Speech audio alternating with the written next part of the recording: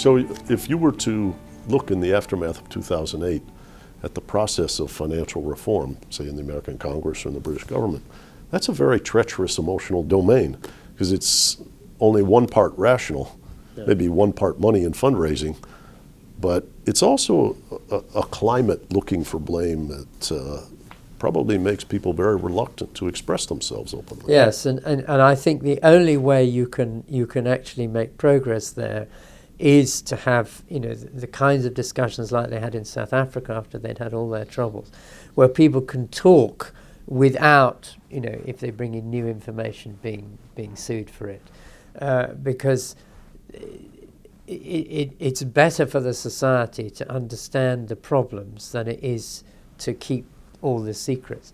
And my experience is that a very large number of the fund managers I talk to are actually very uncomfortable in the job they're doing. They're usually clever people, very dedicated people. I had an exceptional group in that they'd been there a long time, so probably they were the more responsible one. But they are uncomfortable inside the system, and it is what economists call a collective action problem. And of course, one of the big problems of the efficient market hypothesis is it gets rid of the idea we have any collective action problems. And so the idea of having to learn from experience is supposed to happen automatically, because if you don't learn, you're out. In fact, we have many, many collective action problems, and how to create a financial market which actually does what it's meant to do, which is to look after savers and get them the best secure returns they can, and at the same time to allocate capital to the most productive parts of the economy, which it's clearly not doing at the moment, seriously not doing.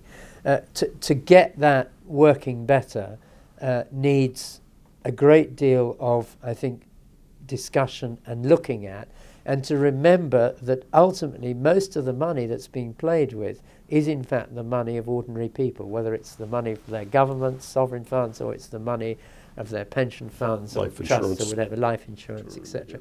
And so I think people tend to think of the finance as all sort of over there, not something they can understand, or all terribly clever, which it is very clever when it's doing very well, apparently.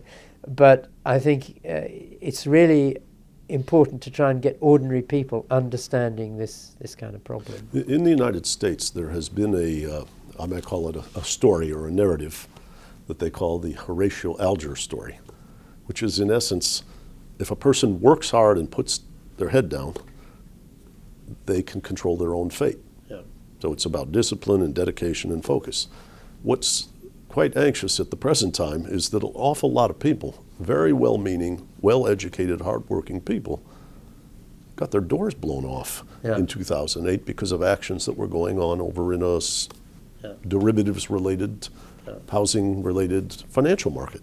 Yeah. And how do people then put their emotional lives back together when they feel like they can't control their own fate? Yes, and I think that's a very serious problem, because of course that American dream is the basis of this country, and how it was funded has been incredibly successful, really, that people have been able to to do their own thing and be successful, which means you've got big problems wherever there are these collective action type problems. And of course another one is the climate and sustainable economics and so on. Or just providing basic infrastructure after bonuses and bailouts, when people don't trust the government to allocate resources. Yeah, and I think I think that is a very serious problem, and it's a major, I think, issue for economists really and other social scientists to try and really stop leaving on to one side. The fact is that economics is a marvelous and very interesting discipline, which